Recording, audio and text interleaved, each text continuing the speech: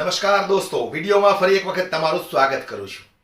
જે રીતે થોડા દિવસ પહેલાની ઘટના છે, જે ગણેશ ગોંડલે એક દલિત સમાજના યુવકને ઢોર માર માર્યો એવા આક્ષેપો લાગ્યા છે। ત્યાર પછી ગઈકાલે મેં તમને જે વિડીયોમાં વાત કરી હતી કે જૂનાગઢથી દલિત સમાજના યુવકોએ રેલીઓ કાઢીને ગોંડલ સુધી પહોંચ્યા।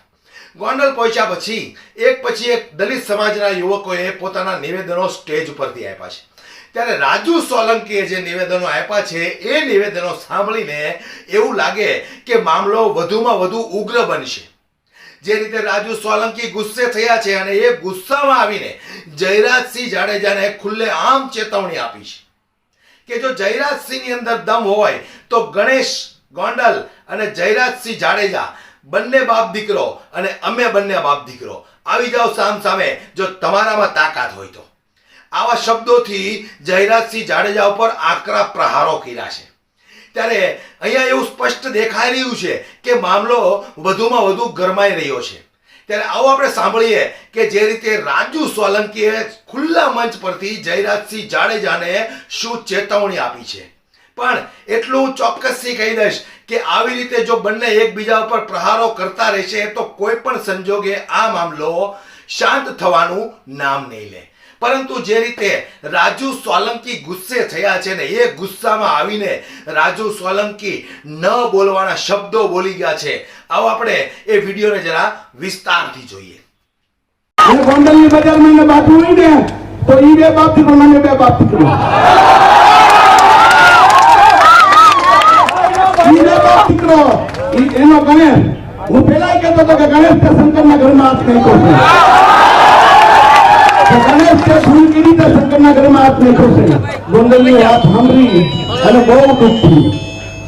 હું નાનો હતો ને, મારો 49 વર્ષની ઉંમર છે કાકા। હું નાનો હતો તે હું ગોંડલ વિશે અને ધોરાજી વિશે સાંભળતો। હું ભણવા જતો, ક્યાંય પણ દલિત સમાજ ઉપર અત્યાચાર થતો તો સૌથી પહેલા ખટારા ગોંડલ થી ભરાતા।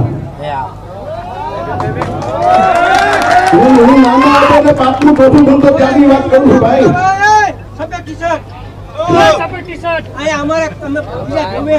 ત્યારે ગોંડલ અને ધોરાજી ખટારા ભરાતા અને મને દુઃખ થયું કે અહીંયા આવી હાલત છે। આટલી બધી નબળાઈ છે આપણી યાર, મરવું છે ને એક ફેરું યાર। આ હું લંગડો આલું છું ને એ સમાજની ગેર છે ભાઈ। મારો સમાજનો મને મારવા આવે તો માર ખાઈ લઉં, મને બોલ્યું મેરી સરી મેરી। મારા વિશે વાત કરું, મારા બાપ દાદા વિશે, મારો સમાજ ઉભો છે ત્યારે કહું છું કે મારા બાપા ને દાદા નું નામ હતું બેસર ગરાસિયો। શું નામ હતું? બેસર ગરાસિયો ને કેટલી બાઈ હતી ખબર? 7 બાઈ। મારા બાપા ને દાદા ને 7 બાઈ, મારા દાદા ને 4 અને મારે 2। સમજાય કે ભાઈ અમારો ડોહી બેટી બાપો તો ઈ જ છે કાકા, અમારી ખાલી ડોહી બેટલી છે। આ સોલંકી, મકવાણા, પરમાર, ચૌહાણ ક્યાંક કે અમે તમારા ભાઈઓ છીએ, અમે બદલાયેલા છીએ ભાઈ। ભેરાથી મારો ડીએનએ કરો, હાલો જો આમાં ક્ષત્રિય ડીએનએ નો નીકળ તમારે એનું ખાવાનું મારું માથું રાજુ સોલંકી નું ડીએનએ ભેરાથી નું ડીએનએ મેચ કરો અને ક્ષત્રિય નું ડીએનએ નો નીકળ તો એનું ખાવાનું મારું માથું। મારા ભાઈ તમે કોકના ગામમાં જઈને સંમેલનો કરો અને ડેલામાં પૂરો કઈ તારે વાળો એવો જ નહીં ડેલામાં પૂરવાની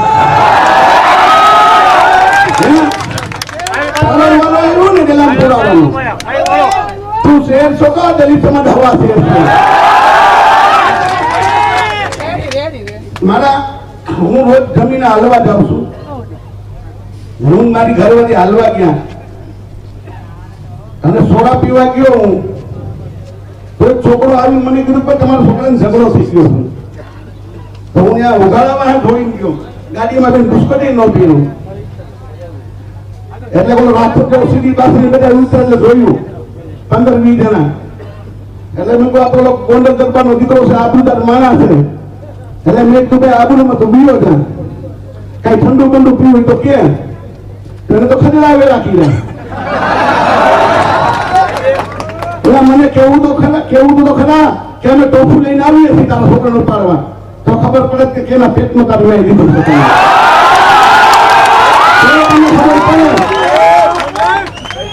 અને હજી તારી ઈચ્છા હોય, ડેરાસની ઈચ્છા હોય ને તો પછી જુનાગઢ બાજુ આવી ગયો. પછી કહેજો કે દાદુભાઈ સોલંકી અમે આવીએ છીએ, અંધારવાળા રાક્ષસ જેવા જેટલા છે બધું લેતો આવી ગયો.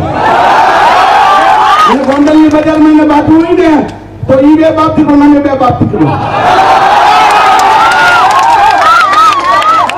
ઈ બે બાપ દીકરો એનો ગણેશ.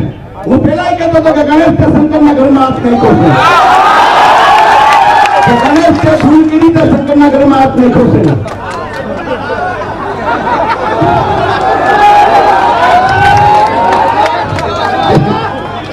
હું આપણે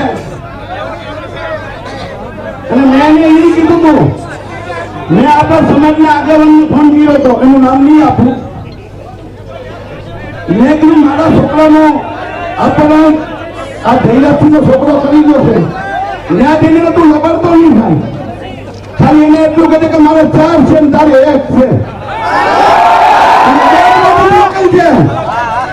અને એને ફોન કર્યો કે ગણેશ તું જુનાગઢ થી કોઈના છોકરાને ઉપાડી આવ્યો હતો કે હા બાપા, તો રાજુ સોલંકીના દીકરાને ઉપાડ્યો તો ત્યારે એના બાપાએ એમ કીધું બેટા કાળો તો દીકરો છે. ત્યારે મારા સમાજને આપણા નાસિક યોગ આશ્રમના મહંતજી આપણી બાજુમાં બેઠા છે.